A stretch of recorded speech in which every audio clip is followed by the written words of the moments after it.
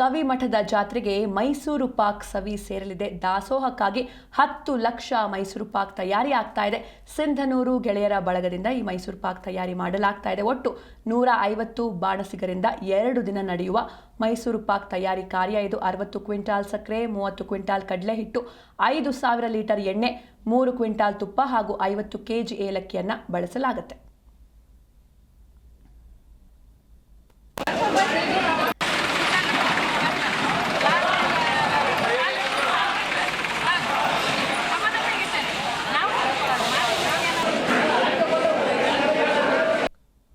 ಭಾಳ ಖುಷಿಯಾಗಿದೆ. ಎಲ್ಲ ಬಂದು ನಾವು ಸೇವೆ ಮಾಡ್ತಾ ಇದ್ದೀವಿ. ಹೋದ ವರ್ಷ ಜಿಲೇಬಿ ಇತ್ತು, ಈ ವರ್ಷ ಮೈಸೂರು ಪಾಕ್. ಭಾಳ ಸಂತೋಷ ಆಗಿದೆ. ಸಿನ್ನೂರಿಂದ ಬರ್ತಾ ಇದ್ದೀವಿ. ಚೆನ್ನಾಗಿದೆ. ಭಾಳ ವರ್ಷದಿಂದ 8 ವರ್ಷದಿಂದ ಸೇವೆ ಮಾಡ್ತಾ ಇದ್ದೀವಿ. ಸಂತೋಷ ಆಗ್ತದೆ ಬಂದು ಮಾಡಲಿಕ್ಕೆ, ಸೇವೆ ಮಾಡಲಿಕ್ಕೆ ಸಂತೋಷ ಆಗ್ತದೆ.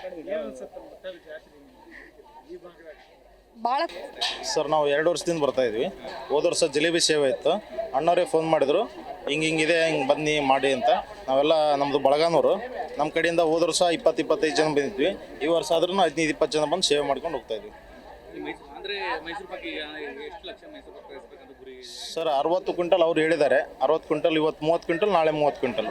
60 ಗಂಟೆಗೆ ಕನಿಷ್ಠ ಅಂದರೆ 6 ರಿಂದ 7 ಲಕ್ಷ ಪೀಸ್ ಮೈಸೂರು ಪಾಕ್ ಬರುತ್ತೆ. ಸರ್, ನಾವು 2 ವರ್ಷದಿಂದ ಬರ್ತಾ ಇದ್ವಿ. ಹೋದ ವರ್ಷ ಜಿಲೇಬಿ ಸೇವೆ ಇತ್ತು.